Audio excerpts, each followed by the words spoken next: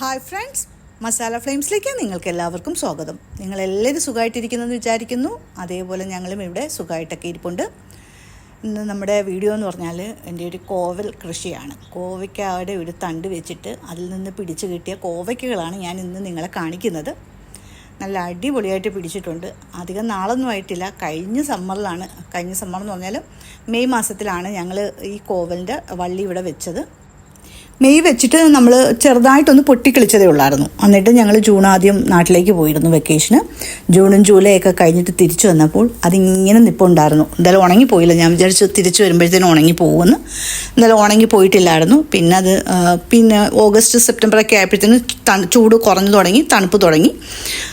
ഏകദേശം സെപ്റ്റംബർ ആയപ്പോഴത്തേനും നല്ലോണം ഇത് പിടിക്കാൻ തുടങ്ങിയിട്ടുണ്ടായിരുന്നു, കായ്ക്കാൻ തുടങ്ങി. അപ്പം ഇനിയിപ്പം വീണ്ടും അടുത്ത മെയ് ആയില്ലേ, സമ്മറായി തുടങ്ങി. അപ്പോൾ അതിന് മുമ്പ് ഞാൻ ഈ വീഡിയോ ഒന്ന് പിടിച്ചത്. ഇനി പോയിട്ട് വരുമ്പോൾ ഇത് ഉണങ്ങി നിൽക്കുമോ എന്ന് എനിക്കറിയത്തില്ല.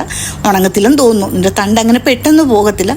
പക്ഷെ നല്ലതുപോലെ പിടിച്ചു. ഇഷ്ടം പോലെ എന്ന് വെച്ചാൽ ഇഷ്ടം പോലെ പിടിച്ചു. ഇതിന് ഞാൻ വളം എന്ന് പറയുന്നത് എൻ്റെ കിച്ചൺ വേസ്റ്റൊക്കെ തന്നെയാണ് ഇടുന്നത്. അതിൻ്റെ കൂടെ മുട്ടത്തോട് പൊടിച്ചതും കൂടി ചേർത്തിട്ടുണ്ട്. നല്ല ധാരാളമായിട്ട്. പിന്നെ ഒരു ശല്യം എന്ന് പറഞ്ഞാൽ ഇതിനകത്ത് ഈ കായീച്ചയുടെ ശല്യം, മീൻസ് കായീച്ചയാണോ, ഈച്ച കണക്ക് ചെറിയ ഈച്ച വന്നിട്ട് കൊത്തിയിട്ട് അതിനകത്ത് നമുക്ക് ഇങ്ങനെ ചെറിയ കേട് വരും. എന്നാലും ഞാൻ അതിനെ കളയത്തില്ല. ചിലപ്പോൾ എനിക്ക് മുയലുകൾക്ക് തിന്നാൻ കൊടുക്കും, അവന്മാർ തിന്നോളും. നമുക്ക് എല്ലാവർക്കും എളുപ്പത്തിൽ കൃഷി ചെയ്യാൻ പറ്റുന്ന ഒരു വെജിറ്റബിളാണ് കോവയ്ക്ക. നമുക്ക് കൃഷിയെക്കുറിച്ച് അധികം അറിയണമെന്നൊന്നുമില്ല.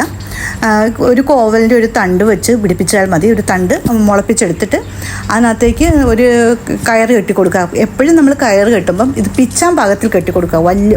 ഒത്തിരി മുകളിലോട്ടങ്ങ് കയറ്റിയൊന്നും വിടാതിരിക്കുക. ചിലർ മാവിൻ്റെയും വലിയ മരങ്ങളുടെ പുറത്തേക്ക് കയറ്റി വിടും. അപ്പം നമുക്കത് പിച്ചാൻ ഭയങ്കര പാടാണ്. അപ്പം നമ്മുടെ കൈ എത്തി നമുക്ക് എളുപ്പത്തിൽ പിച്ചാവുന്ന പാകത്തിൽ മാത്രം കയറ് കെട്ടി കൊടുക്കുക. രണ്ടാമെന്ന് പറഞ്ഞാൽ നമ്മുടെ വീട്ടിലുള്ള വേസ്റ്റുകൾ, കിച്ചണിൽ നിന്ന് വരുന്ന വേസ്റ്റുകളും പിന്നെ വല്ല മുട്ടത്തോടോ അങ്ങനെയൊക്കെ ഉള്ളതൊക്കെ ഒന്ന് ഇട്ട് കൊടുക്കുക. കുറച്ച് വെള്ളം ഒഴിച്ചു കൊടുക്കുക. നല്ല വെയിലുള്ളിടത്ത് വെക്കണം. ഇത്രയേ ഉള്ളൂ ഇതിനകത്ത് നമ്മൾ ശ്രദ്ധിക്കേണ്ട കാര്യം. നല്ല വെയിലുള്ളിടത്ത് വെച്ചാൽ നല്ല ശരിക്ക് കോവയ്ക്ക കിട്ടും. അപ്പം നമുക്ക് ആർക്കും അധികം കൃഷിയൊന്നും അറിയണമെന്നൊന്നുമില്ല. എല്ലാ വീട്ടിലും ഒരു കോവയ്ക്ക തണ്ട് വെച്ച് കഴിഞ്ഞാൽ നമുക്ക് ആഴ്ചയിൽ ഒരു 2 ദിവസമെങ്കിലും കോവയ്ക്ക കറി വെക്കാൻ പറ്റും. അത് മാത്രമല്ല നമുക്ക് ഈസി ആയിട്ട് അത് പരിചരിക്കാനും പറ്റും. ഇന്നത്തെ വീഡിയോ ഞാൻ ഇവിടെ നിർത്തുകയാണ്. കൂടുതൽ പറഞ്ഞ് ബോറടിപ്പിക്കുന്നില്ല. അപ്പം നിങ്ങളെല്ലാവരും സബ്സ്ക്രൈബ് ചെയ്യുക, ഷെയർ ചെയ്യുക, ലൈക്ക് ചെയ്യുക.